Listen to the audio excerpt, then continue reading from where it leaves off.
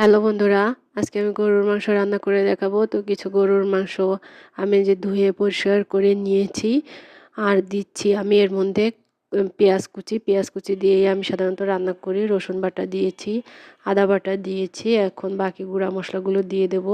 তো মরিচের গুঁড়া দিচ্ছি, আমি কি একটু ঝালই দেব। তো ঝাল ঝাল করে করব যাতে মাংসটা একটু ঝাল ঝাল হলেই ভালো লাগে। হলুদের গুঁড়া দিয়েছি, জিরা ধনিয়ার গুঁড়া দিচ্ছি।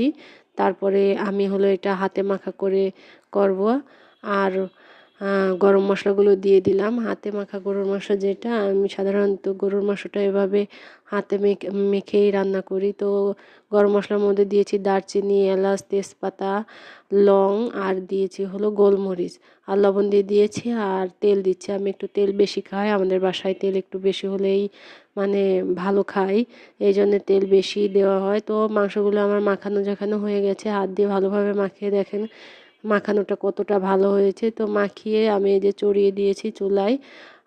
দেখেন পানি ছেড়েছে। আর আমার হাত মাখা যে পানিটুকু ছিল শুধু সেটুকুই দিয়েছি, এখন আর কিছু করার নাই। কষিয়ে টষিয়ে নেব। আমি মাংসে একটু আলু দেব। আমার হাজবেন্ড আবার আলু দিয়ে খেতে খুব পছন্দ করে, সে আলু না দিলে খুব রাগ করে। মানে মাংস হলেই আলু তার চাই। তো এই যে ঢেকে পানি মানে পানি বের হলে সেই পানিটা টানিয়ে আবার পানি দিয়ে আমি এভাবে অনেকক্ষণ রান্না করব। প্রায় 1.5 ঘন্টা 2 ঘন্টার মতো রান্না করেছি আমি। পুরা গরুর মাংসটা দেখেন আমার পানি টেনে গিয়েছে, তেলটা উপরে উঠে এসেছে। তেলটা একটু বেশি হয়েছে, তো তাতে সমস্যা নেই। তেল যত বেশি হয় খেতে তত মজা লাগে।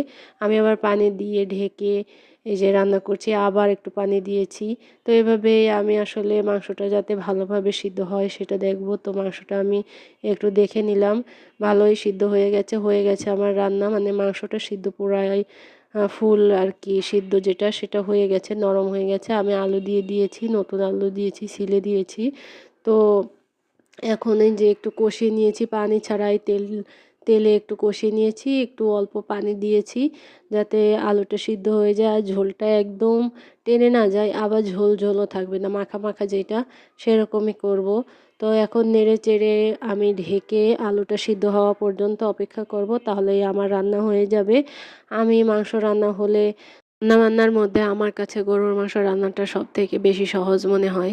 কারণ মশলা টশলা দিয়ে মাখিয়ে দিয়ে চড়িয়ে দিলে আর কোনো কিছু করার থাকে না, শুধু নেড়ে চেড়ে দাও, একটু পানি দাও, নেড়ে চেড়ে দাও, দেখো এটাই। তো আমি এই যে ঢেকে দেবো আলুটা সিদ্ধ হওয়ার জন্যে। আমার আলু সিদ্ধ হয়ে গেছে, রান্না প্রায় হয়েই গেছে। এই তো আজকে আমি গরুর মাংস রান্না করেছি। কেমন হয়েছে, ভিডিও কেমন লাগলো, আর আমার রান্না কেমন লাগলো সবাই জানিয়ে যাবেন। ধন্যবাদ সবাইকে, ভালো থাকবেন।